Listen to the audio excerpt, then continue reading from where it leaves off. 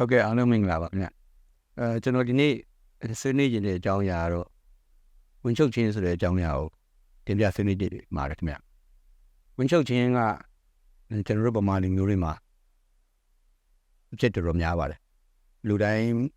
းလည်းဖြစ်ဘူးလေမဖြစ်ဘူးတဲ့လူလည်းမရှိဘူးဝင်ချုပ်တဲ့အကြောင်းရင်းတွေလည်းအများကြီးရှိတာပေါ့နော်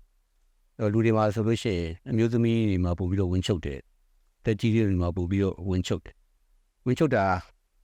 ဘာကြောင့်ဖြစ်လဲဆိုလို့ရှိရင်တော့နံပါတ်1ကတော့ကိုယ့်ရဲ့နေထိုင်မှုပုံစံပေါ့နော်အစားအသောက်မှာအမြင့်စားတာအင်းကြီးရည်စားတာနည်းတယ်ရေတောက်တာနည်းတယ်အဲ့လိုမျိုးတွေကဝင်ချုပ်တယ်နောက်ဆေးဝါးတွေကလည်းဝင်ချုပ်တယ်ကျွန်တော်တို့တောက်တဲ့အထဲမှာတန်တက်ပါတဲ့အားဆေးတွေအကြိုက်ခဲပြောက်ဆေးတွေ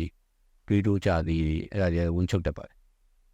်နောက်တစ်ခါသူ့ရဲ့အကျင့်ပေါ့နော်ငယ်တွေက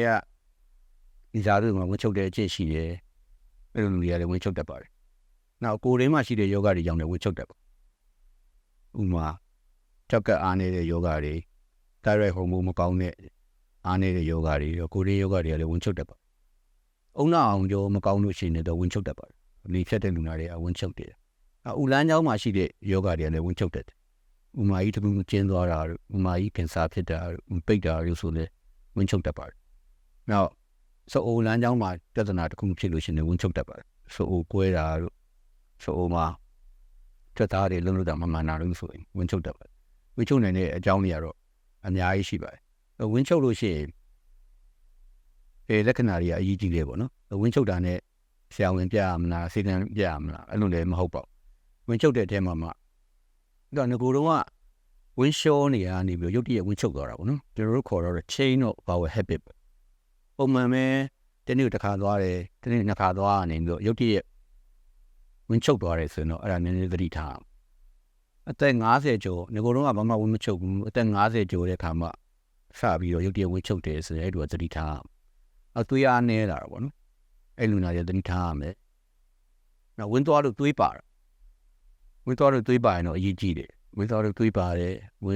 ်အမဲရောင်တွေသွားတယ်ဝင်ထဲမှာသွေးနဲ့ချွဲတွေပါတယ်ဆိုရင်သတိထားနောက်ဝင်လျှော့လိုက်သွားလိုက်ဖြစ်တယ်အဲ့ဒါဆိုလေသတိထားနောက်ဝင်သွားတာရက်ကြာတာဝင်ချုပ်တာရက်ကြာလာပြီးအဖျားပါဝင်လာတယ်ဆိုရင်လေအဲ့လူနာသတိထားနောက်ဝင်းကြံတယ်လို့ဖြစ်တာပေါ့နော်ဆိုဥမာတစ်ဆုပ်ဖြစ်တယ်ဝင်းကြံတယ်လို့ဖြစ်တယ်ဝင်းသွားရင်သွေးပါတယ်လူနာသတိထားစမ်းသပ်ကြည့်လိုက်လို့ခန္ဓာကိုယ်မှာအလုံးအကျိတ်တွေတွေ့တယ်အတဆောင်းတွေရိုက်ကြည့်လို့လည်းဥနေရန်ထူတယ်စီတီတွေရိုက်ကြည့်လို့ဥမာကြီးမှာတစ်ခုခုရှိနေလို့ထင်တယ်အဲ့ဒါအရေးကြီးတဲ့လက္ခဏာနောက်အစားအသောက်အရင်ပြတ်သွားဘာမှကိုမစားခြင်းတော့ဘူးသူကနှုံးနေအဲ့ဒါဆိုလည်းအရေးကြီးတဲ့လက္ခဏာတစ်ခုနောက်အရေးကြီးတဲ့လက္ခဏာတစ်ခုကတော့သိရတာပိန်သွားတာပေါ့နော်ခန္ဓာကိုယ်လေးကြီးကပုံမှန်တဲ့10%လောက်ကျသွားမယ်သုံးဖို့တပုံကျသွားမယ်အဲ့လိုဒီဆိုရင်တော့သူကစေုံစေကန်းပြပြီးတော့ဆရာဝန်နဲ့တေချာစစ်ဆေးကုသမှုလုပ်ပါတယ်အဲ့တော့ဝင်ချုပ်ရင်ဘယ်လိုလုပ်ကြမလဲပေါ့နော်ဝင်ချုပ်ရင်ဘယ်လိုလုပ်ကြမလဲဆိုတော့အများဖြင့်ကတော့ဝင်ချုပ်လို့ရှိရင်တောက်ဆေးတွေအားကိုးတာပေါ့နော်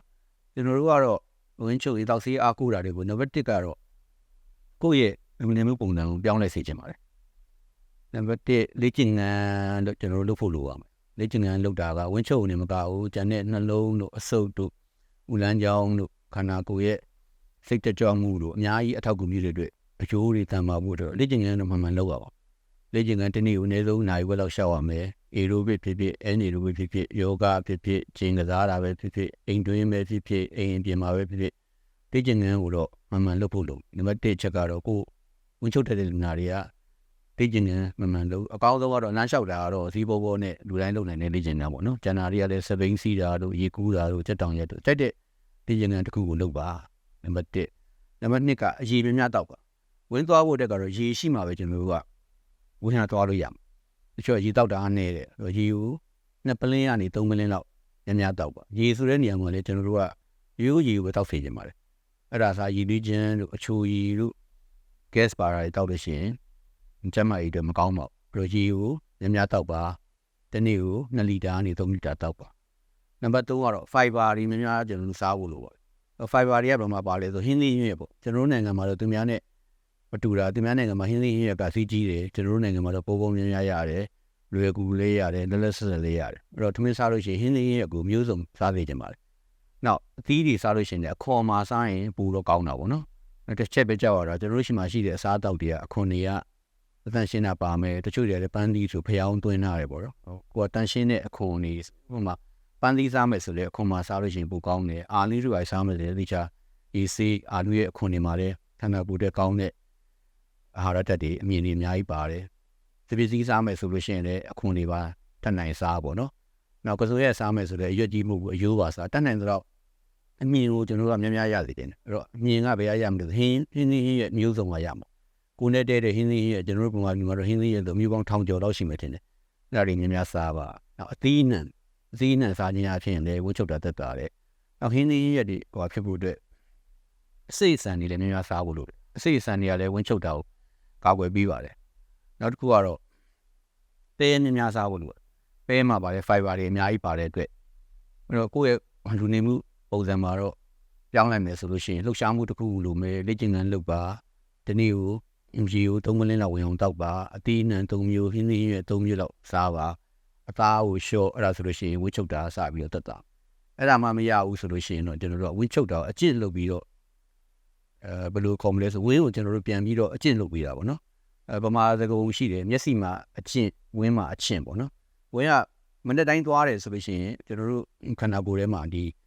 ရသန်တွေကိုထိန်းထားရတာရှိတယ်မနေ့တိုင်း6နာရီလောက်မှသွားတယ်ဆိုတော့ပုံမှန်ပဲမနေ့6နာရီဆိုသွားကျင်တာမနေ့9နာရီမှသွားတယ်ဆိုရင်လည်း9နာရီမှသွားကျင်တာညအိတ်တာလည်းဒီလိုပဲကျွန်တော်တို့က9နာရီအိယာဝင်နေဆိုရင်နောက်ရက်ဒီလေ9နာရီတိုင်အိတ်ချင်တာပုံမှန်ပဲပေါ့နော်10နာရီမှအိတ်တယ်ဆိုရင်လည်း10နာရီရောက်ပြီဆိုအိတ်ချင်တာတော့ခန္ဓာကိုယ်ကသူ့ကိုမှတ်ထားတဲ့ရသန်တွေရှိတယ်ဝင်းချုပ်တာလည်းအဲ့လိုပါပဲဝင်းချုပ်တယ်ဆိုလို့ရှိရင်မနေ့ကအိမ်တော်အကျင့်လုပ်ပြီးတော့တခြားထိုင်မှာမနေ့စားတော့တိတ်အရှိကူတတ်မှတ်ထားပြီးတော့ရေမြများတော့အစားစားပြီးတော့အိမ်တော်အကျင့်လုပ်ပြီးတော့ထိုင်မှုလို့တော့မနေ့ပိုင်းမှာ toilet training ပြန်လုပ်ဖို့လိုပါတယ်အဲ့ဒါမှမရဘူးဆိုလို့ရှိရင်တော့သူကဆေးတွေတောက်ပါဘောနော်ဆေးတွေကတော့အများကြီးပဲရှိပါတယ်တော့ကိုနဲ့တက်တော်မဲ့ဆေးတစ်ခုကိုတောက်ပါဘောနော်တော့ဘာတွေရှိလဲဆို Windows ဆေးတွေမှာတော့ဗမာဆေးတွေလည်းအများကြီးရှိတယ်အင်္ဂလိပ်ဆေးတွေမှာတော့ Lactulose Epolet တို့ဟာတွေရှိတယ်နောက် Grade of Magnesia တွေရှိတယ်အစာကိုတိုင်းတွေရှိတယ်ပွေးကိုင်းပါတာတွေရှိတယ်Windows ဆေးမျိုးစုံပဲဘောနော်ကိုနဲ့တက်တော်တဲ့ဟာတစ်ခုကိုတောက်ပါဘောနော်ကျွန်တော်တို့ကတော့လူနာနဲ့အဆင်ပြေမဲ့ Windows ဆေးတစ်ခုပေးတာပေါ့နော်အဲ့ဒါနဲ့မှမရရင်လည်းဝင်းချူလို့ရပါတယ်အဲ့တော့ Windows ဆေးတောက်ဖို့လိုတယ်လိုအပ်လို့ရှိရင် Windows ဆေးတောက်တကယ်လို့အဲ့ဒါမှမရဘူးဆိုလို့ရှိရင်တော့သူဆရာဝန်နဲ့တိုင်ပင်ဖို့လိုတာပေါ့နော်ဆေးတောက်တယ်မရဘူးဝင်းရလည်းမသွားနိုင်ဘူးပိန်သွားတယ်ဆိုတော့ဝင်းချုပ်တဲ့အကြောင်းရင်းကိုရှာပြီးတော့တိုင်ပင်ဖို့လိုပါတယ်နီကိုချုပ်ပြောင်းမယ်ဆိုလို့ရှိရင်တော့ဝင်းချုပ်တာကျွန်တော်ရှိမှအဖြစ်များပါတယ်အဖြစ်များတဲ့အကြောင်းရင်းကတော့စီးဝါးတွေသုံးတာတွေပါမယ်ဟိန္ဒူနေမှုပုံစံမှန်တာပါမယ်အတွင်းယောဂတွေပါမယ်ဥလန်းချောင်းယောဂဆိုအိုယောဂတွေကြောင့်ဖြစ်မယ်အဖြစ်များဆုံးကတော့ကျွန်တော်တို့လူနေမှုပုံစံမှန်တာပေါ့အဲ့ဒါကိုကာကွယ်ဖို့ကတော့အရင်များတောက်ပါအေဂျင်ငံများလုပ်ပါအသီးနှံများစားပါအင်းနေရများစားပါပဲများစားပါ